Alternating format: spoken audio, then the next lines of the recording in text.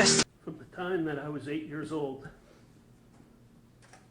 it started out with him wanting to touch my scar that I had from open heart surgery at the age of 6. It progressed to wrestling matches and eventually led to him raping me. Part of the abuse was psychological. Dennis controlled me by torturing and killing animals in front of me, saying he would do the same to me if I ever told anyone about our secret.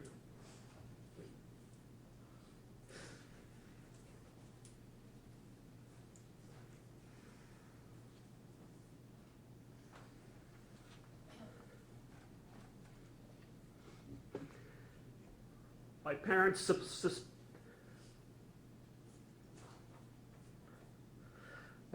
suspected that I had been abused. Tired of this fucking shit. Everything I do is wrong. Except for when I hit the phone. Hit the phone, hit the phone. Feel good. Feeling shitty in my bed. Didn't take my fucking meds. Hyper pop up in my ears. Everything just disappears. Don't wanna be someone else. Just don't wanna hate myself. I just don't wanna hate myself. Instead I wanna feel good. Hey guys, welcome back to my channel here. It's Lavender here, and today I am back with another true crime case I want to talk about. Today I am here with the true crime case of Clark Fredericks, who killed his Boy Scout sexual abuser Dennis Pegg story.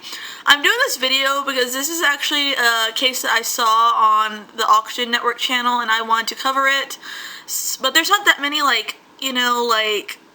true crime cases. Like, no one covered this story and I wanted to cover the story, but I think it's really important, that we call out sexual abusers and stuff in, positions of power in industries, whether that's the sport industry or whatever. We need justice for sexual abuse survivors and stuff, so I decided to do this video because I want to shed light on this story. So let's get started into this story, this true crime story. So here we go. So this true crime case has been featured in a number of TV and media. Shockingly, it has not been featured really that much in any documentaries or true crime documentaries, but it has been featured in one that I know of that I watched. It was featured in a crime show on the Auction channel called Killer Motive. Episode is Vigilante or Victim, and it is on the Auction Network TV channel. So let's get started into the story of this case. So the story is that Clark Fredericks, who was on a cocaine binge, woke up on June 12, 2012 to a news report on TV about sexual predators and sexual abusers in the sports industry. The top story was the start of the Jerry Sandusky trial. The former Penn State University assistant football coach would be sentenced up to 60 years in prison for sexually abusing 10 boys within the time that he was there. The events triggered Clark's memory of when he was sexually abused by Dennis Pegg as a child from the ages of 8 until he was 12 years old, and he was continually raped, throughout the summer and stuff, as he was a Boy Scout from 1972 through 1978. Dennis Pegg was a retired county sheriff's officer and former Boy Scouts leader troop. Clark was also emotionally abused by Dennis with threats of murder and violence. Dennis Pegg controlled me by torturing and murdering and killing animals in front of me, saying that he would do the same to me, and you'll end up like these animals, that I killed if you ever tell anyone our secret, he said.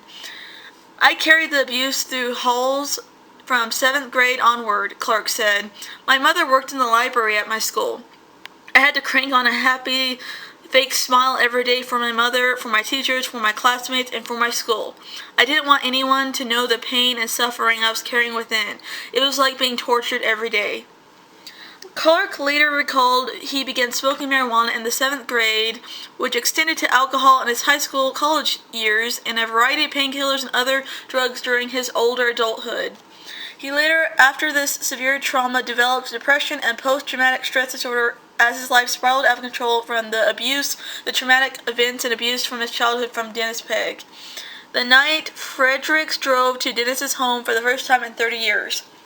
Clark made a comment about seeing Dennis inside his house, in which he said it was like looking at the devil sitting in his lair. Clark opened up Dennis's storm drawer and walked inside the house, and he confronted him. An argument erupted, and it ended in a fight that led to Dennis laying on the floor with 30 stab wounds, dead, in a puddle of his own blood. I said over and over to him, "How does it feel raping little kids now?" Fredericks told the court about the killing. I also repeated, "It's not so fun raping little kids now, is it?" He quoted himself. The day after Dennis's murder, June 13th, investigating police officers of this murder surrounded Clark's home after learning of him as a probable suspect, and Clark admitted what he did. And one of the detectives recognized Dennis as a very weird man who did weird things. He had been seen, usually at local restaurants in the area with young boys in the area. Clark's attorney and the standing judge, agreed that evidence backed up Clark's account of Dennis's sexual abuse towards him. I don't feel like I am sentencing someone who has committed a crime and had a criminal lifestyle, he said. What happened to him as a child made him snap, the judge said. It's clear that Mr. Clark was exploited, abused, and not only physically damaged, but emotionally damaged as a child by someone who pushed his way and snaked his way into a position of power and authority like snakes and vultures. At first, he could have gotten a life sentence without parole, but Clark would later plead guilty to second-degree passion/provocation manslaughter for the murder of Dennis and serve 4.5 years in prison before he was paroled.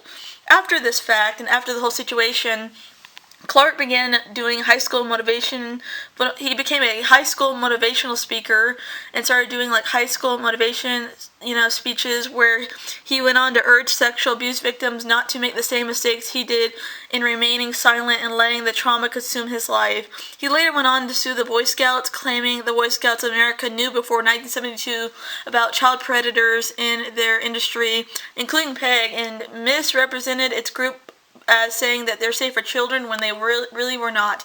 I have no idea what happened to this lawsuit, honestly, if he won it or not, but all I know is, isn't it true that the Boy Scouts of America, they went bankrupt? They had to do something because they were going into bankruptcy or something from all, these sexually, abuse survivors cases?